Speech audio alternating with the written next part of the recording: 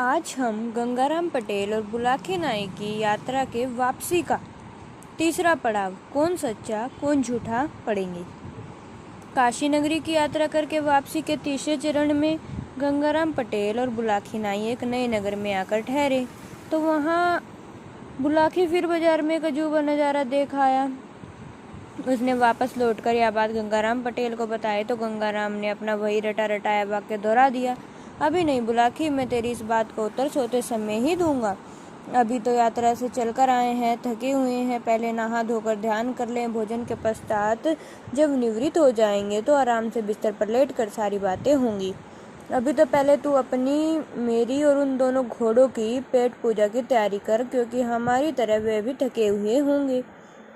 ऐसा कहकर पटेल शौचादि से निवृत्त होने के लिए चले गए। रात को जब वे दोनों बिस्तर पर लेटे तो पटेल ने उससे पूछा, हाँ तो बुलाखी, अब तुम उस नई घटना को बताओ जिसे तुम नगर के बाजार में देख आए हो और जिसका रहस्य जानने के लिए तुम इतने उत्सुक हो रहे हो।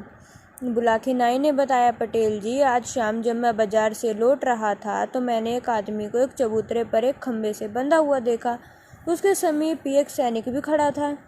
चबूतरे के ऊपर एक सरकारी निर्देश टंगा हुआ था जिस पर लिखा था, हर खास ओ आम को यह निर्देश दिया जाता है कि जो भी शख्स इस राह से गुजरे वह कोड़ा उठाकर इस व्यक्ति को गिनकर 5 कोड़े अवश्य मारे। जो इस निर्देश का पालन नहीं करेगा उसे राजा की ओर से 5 कोड़े लगाकर दंडित किया जाएगा। पटेल जी, जब मैंने उस निर्देश को पढ़ा तो मैंने सोचा कि इसका दंड जाने बिना मैं इसे कैसे कोड़े मारूं। यही सोचकर मैं वहां से खिसकना चाहता था कि तभी वहां खड़े सैनिक ने मुझसे कहा, क्यों भाई, 5 कोड़े खाने का इरादा है? नहीं तो, मेरे मुंह से निकला। तब उस सैनिक ने मुझे घुड़का और कहा, यदि कोड़े नहीं खाना चाहते हो तो नीचे पड़े उस कोड़े को उठा और इस आदमी को 5 कोड़े लगा। उस सैनिक के कहने पर तब मुझे उस कैदी को 5 कोड़े लगाने पड़े। बस तभी से मेरी आत्मा पर यह बोझ पड़ा हुआ है कि मैंने उस आदमी का अपराध जाने बिना 5 कोड़े मारे। अब आप उस कैदी के विषय में बताइए और यह भी बताइए कि किस अपराध के कारण उसे यह सजा भुगतनी पड़ रही है। बुलाखी के मुंह से यह बात सुनकर पटेल बोले, बुलाखी, अपनी आत्मा पर पड़ा बोझ उतार दे और यह समझ ले कि उस आदमी को 5 कोड़े लगाकर तूने सवाब का काम किया है। उस आदमी का अपराध इतना गंभीर है कि उसके लिए राजा ने इससे भी बड़े सजा नियत की होती तो अफसोस नहीं होता। सुन, मैं तुझे आरंभ से ही सारी कहानी सुनाता हूँ। सुनो, इस नगर में चंद्रचूड़ नाम का एक महाजन निवास करता है। उस महाजन की एक कन्या है जो बेहद रूपावान है। उसका नाम है अनामिका।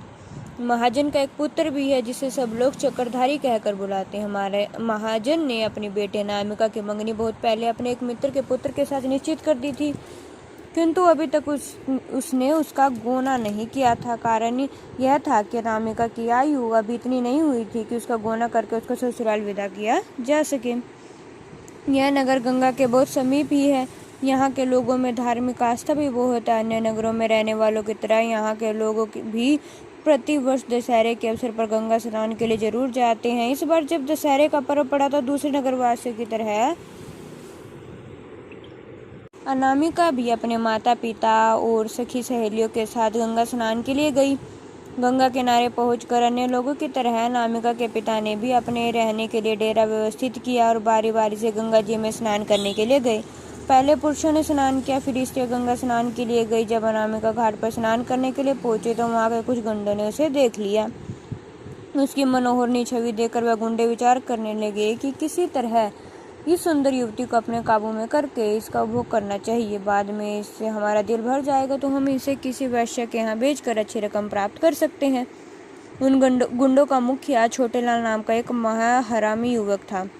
उसने इस काम को करने का बीड़ा उठाया। उसने अपने साथियों से कहा, दोस्तों, इसे फंसा कर काबू में करना तो मेरे लिए चुटकियों का काम है, बस मुझे थोड़ा सा समय चाहिए। उसके दूसरे साथी बोले, ठीक है, हम तुम्हें समय देते हैं, देखते हैं तुम कौन सा चमत्कार दिखाती हो। उधर अनामिका और उसकी सखियों ने अपने वस्त्र उतारे। उन वस्त्रों को घाट पर बैठे पंडे के हवाले करके गंगा स्नान करने लगी।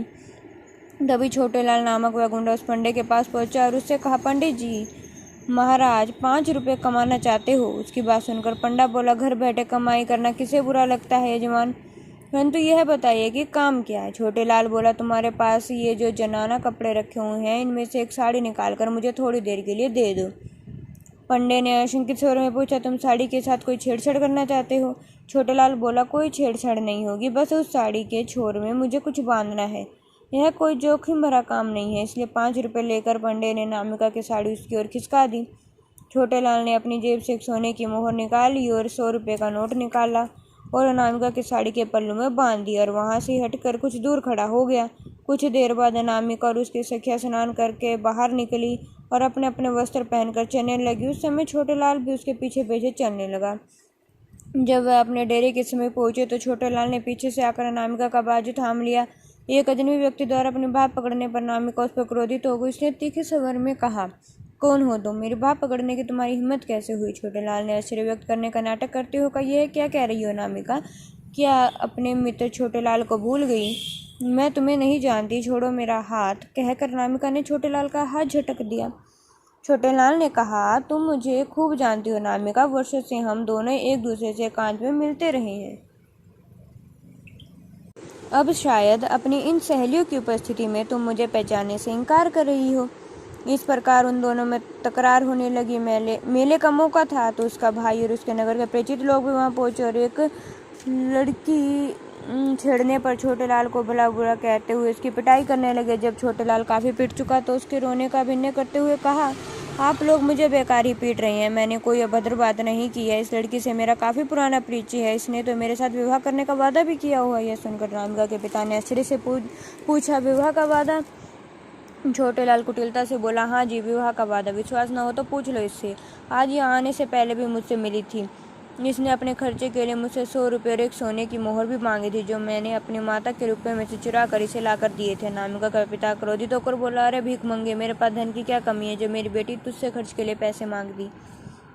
छोटेलाल ने रुआसे स्वर में कहा, यह तो आप अपनी बेटी से ही पूछिए। अनामिका के पिता ने क्रोध से लाल पीला होते हुए अनामिका को झंझोड़ा और बोला, क्या तूने इस आदमी से 100 रुपये और मोहरें ली थी?